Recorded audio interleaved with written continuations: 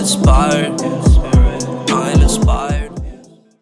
Hey there guys, how's it going? My name is Sumed Chatterjee from the Flow Zone Academy, and I'm a flow state coach, which means that I help you feel better and perform better. It's kind of dark outside today. This is very relevant because the video today is the truth about suffering. Okay, the truth about suffering. You know, it's funny, my mom a while back, my dad asked her, why didn't you heat up the food in the microwave? She said, I like to suffer. Now, this was a joke, but this is actually the truth of the matter, is the fact that we actually are trained to suffer. We're conditioned to suffer. Okay, and this video is all about breaking out of the suffering pattern. Okay, now, a great example is Gandhi, right? I got this from Rainier Wild, and he said in our call the other day on Intentional Impact, he said that Gandhi starved himself to win, and that is the example that we see, right? That someone is going through all of this suffering in order to get the goal in the end, right? So putting themselves through this pain in order for them to finally accomplish the end result. Now, this is one example, but we also respect, Civil War generals and things like that, I can think of countless examples, but I think Gandhi is a great one example that we can look at in terms of that. And understanding the idea of compassion as well. What is the idea of compassion, guys? Compassion is if another person feels joy, I also feel joy.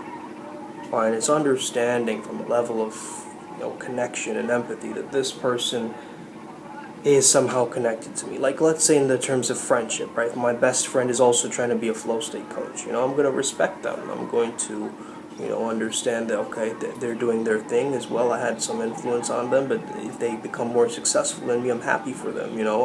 I'm inspired by that. I want to achieve that. That's a true friend. If I get envy, if I get jealous, if I get, that's not a true friend, really. You know what I mean? So that's one way to measure that compassion and that level of compassion and understanding, okay? So how do we break out of the suffering conditioning? So understand, first of all, the pleasure of flow. The pleasure of the aspect of flow is actually concentration, okay? It's what we focus on. It doesn't matter what you're focused on as long as you're focused on something. And for mindfulness, we focus on breath, okay?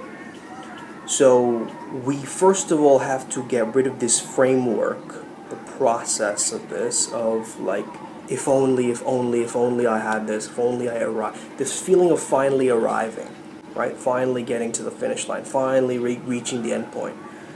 Because it's this search for happiness that makes us unhappy, in a sense, right? This seeking for happiness that makes us unhappy. But the acknowledgement of the negative and the unsatisfactory makes us happy, which is a strange paradox conundrum, right? But we must delight in the full experience of all of our emotions. If we only experience happiness, you can't happy your way through a relationship or try and push happiness out of a job, right? It's like you have to embrace it all, and suffering is not accepting what is, right? It's resisting what is, as Byron Katie says so beautifully. This idea of mindfulness is basically cutting through the illusion of the self.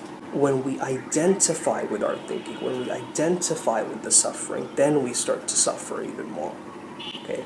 When suffering is just a byproduct of life, when it's just a thing that's happening to us, when it's amor fati, I love my fate. Hey, this is happening to me, I love it. It's okay, right? So understand that the Buddha is commonly said that life is suffering. Actually, it's dukkha, okay? The correct translation is unsatisfactory. You got to understand why he said that. Why did he say that life is suffering? Why did he say that, life is unsatisfactory? He said this particularly because life is temporary.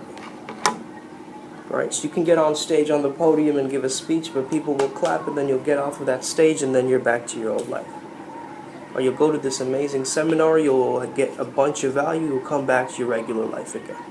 So this is what life is. It's this constant up and down, changing of the seasons from winter, summer, spring, and it's just this constant flux and change, and we've got to embrace that change and just flow with that change and understand that, the Buddha wasn't denying that there are awesome moments in life. He was just saying that, hey, it's temporary, so we've got to understand that. Memento mori, right? Again, coming back to that Stoic principle.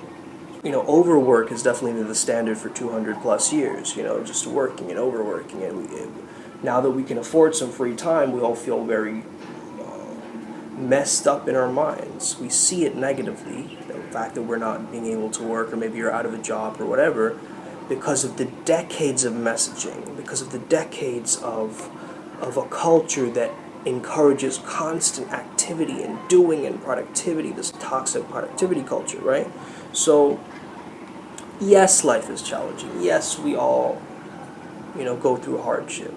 Yes, our emotions must endure pain for us to strengthen.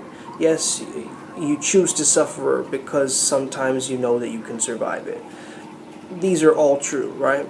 But everything that your mind constructs is often a resistance to the love that there already is. As Eckhart Tolle said, we must accept each obstacle as if we had chosen them. We must accept each obstacle as if we had chosen them. As if it was there for us, not happening to us. And our authentic self doesn't want you to suffer, right? Because that's a waste of energy. Your ego craves and loves the suffering because it feels justified. And it blames the world, telling its personal stories, telling its problems, being in that pity party. So act as if action is possible. Never act as if action is not possible. Because a lot of times our avoidance to suffering is what is causing us to actually suffer. So when it is happening, let's just breathe it in, embrace it, and understand that this is a transitory, temporary experience. This pain won't last forever. And understand that, and be okay with that. Be okay with yourself. Get to this place of acceptance where you're okay with yourself, you're okay with others, and you're okay with the way that your life is going, your life is. Once you can reach that level of acceptance, suffering seems to be more of a fifth thought rather than a first thought, okay? Because understand this, someone cuts you off in traffic, you start getting angry, right? Because that person doesn't have compassion. But can you have compassion for that person? Because they might be going through something really tough. That's why they cut you off. But what we try to do is, hey, that person's just a jerk. Let me put a storyline on it. Let me stamp it as that person wants to hurt me and they're a bad person. I mean, hey, there are bad people out there. But we can't go ahead and start making these judgments and start putting stamps and labels on things to try and categorize the world around us. The world simply is. It is what it is, okay? Said it before, I'll say it again. When you can simply be through that process, not constantly seek for this thing, but actually allow happiness to come to you and come through you, because it's already there within you, you'll understand something very big of a shift taking place. Now, this is the truth of suffering, so the question is, what are you willing to suffer for? Right? Because life is going to give you passive challenges, but you have to have active challenges that pushes you through.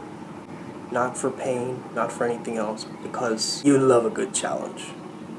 You love pushing through your potential and your boundaries. And you don't ever need to stay there or do what you're conditioned to do, because you might be conditioned to your suffering right now. But let's slowly rewire and start to embrace, hey, the people who are winning, let me clap for them. The people who are out there who are absolutely, doing amazing things and helping the planet, let me clap for them. Let me join them on that vibration, on that energy. Instead of saying that, getting trapped in that pratfall effect. This person is imperfect and, I need to be imperfect. Well, What if we lived in the mindset that everything was already whole and you were fine as you may, but there's always room for improvement, which is the absolute truth and nothing but the truth.